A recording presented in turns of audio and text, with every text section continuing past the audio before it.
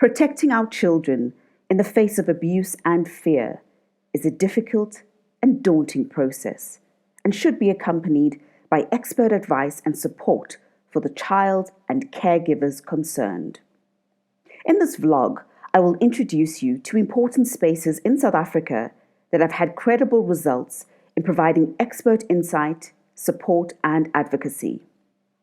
The Jasriel Foundation Athletes Against Child Abuse is a first in South Africa.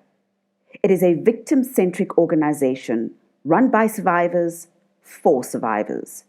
They provide education and prevention, victim support, and advocacy.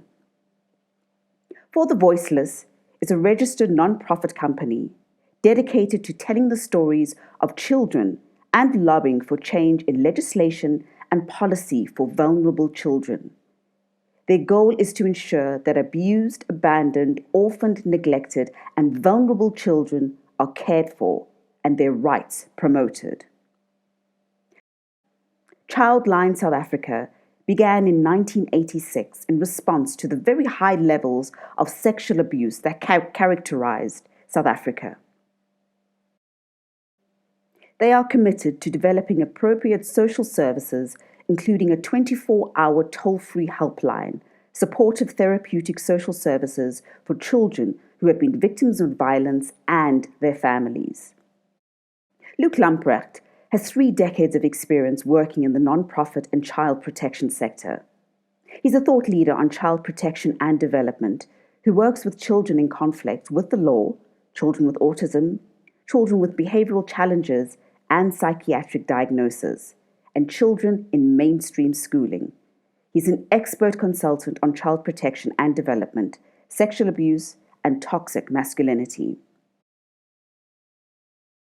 The South African Depression and Anxiety Group, SADAG, is at the forefront of patient advocacy, education, and destigmatization of mental illness in the country. Established 20 years ago to serve as a support network for the thousands of South Africans who live with mental health problems. The South African Police Service provides support to anyone who is a victim of crime. To report a crime is free of charge, and all the necessary documentation will be completed by a police official. A case docket will then be opened and the crime will be investigated. Remember, you can open up a case at any police station, even if the crime doesn't take place in that province. It is up to the police unit to have the docket transferred.